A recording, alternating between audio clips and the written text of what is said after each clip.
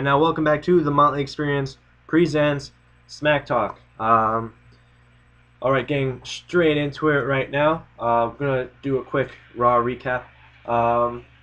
Starting on Monday Night Raw, we have CM Punk come out for his match against Daniel Bryan. Of course, instead of D-Bry coming out, we have Chris Jericho coming out. And about a 16-minute back and forth promo between the two that I thought was the highlight of the show, even though the Cena and Rock had a verbal confrontation at the very end of the show. Then we had the champion versus champion match, another good match by the two, some real wrestling. Moving on, then we had another altercation between Theodore Long and John Laurinaitis, and just furthering that on the WWE website, they announced that next week, Raw and SmackDown, starting on SmackDown, John Laurinaitis will be in charge. On Raw next Monday, it will be Theodore Long that will be in charge, continuing their journey, I guess you could say, to their campaign to become the general manager of both shows, which will no doubt result in some sort of team match at WrestleMania between those who support Theodore Long and those who support John Laurinaitis. And it looks like the teams may be captained by Santino Marella and David Otunga, respectively. Then we had the Divas match. Nothing too exciting there. I feel like not paying too much attention to it. Then the Miz comes out and says, cuts a promo saying that he deserves to be in WrestleMania. He beat Cena last year to retain the WWE Championship, and then goes on to lose to Cena in a very short match.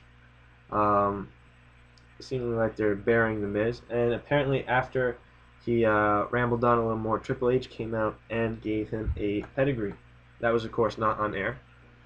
Then we had a triple threat WWE Tag Team Championship match. That was a very exciting match. I thought one of the best tag team matches that they've had in a really long time.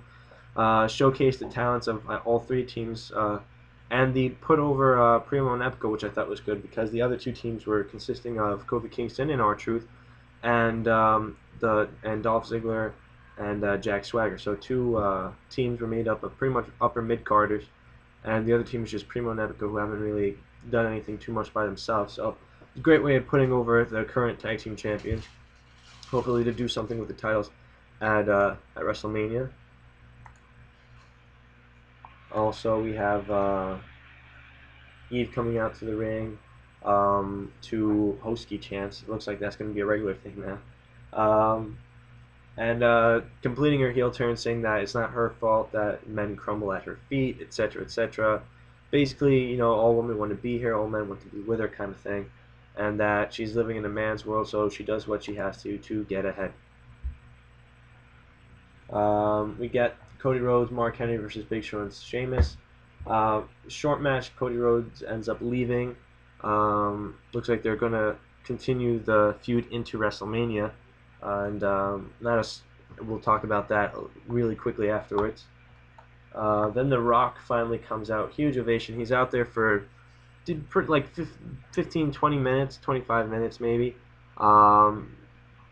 I was a little disappointed by it, but it seems that they did it on purpose to make him look a little bit more, I guess you could say, beatable to John Cena. So they had Cena win that verbal argument there, and that sums that up. Again, the promo wasn't too exciting, and John Cena comes out. It seemed that he won that verbal debate.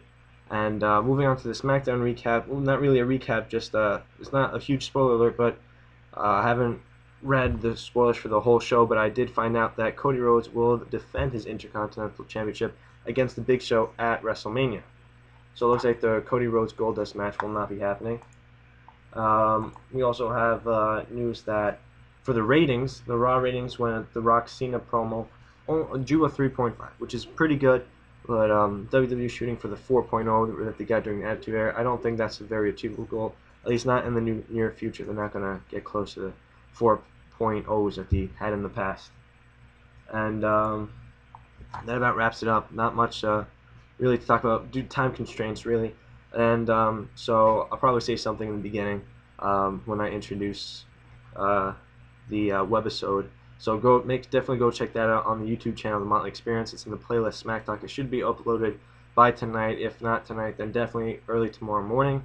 Also, again, check out Facebook, Twitter, Motley Experience, hashtag SmackTalk. Definitely check that out.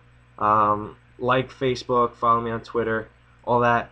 And really, that's it. Quick, short segment today. Hope you guys have a great week, and talk to you next Wednesday.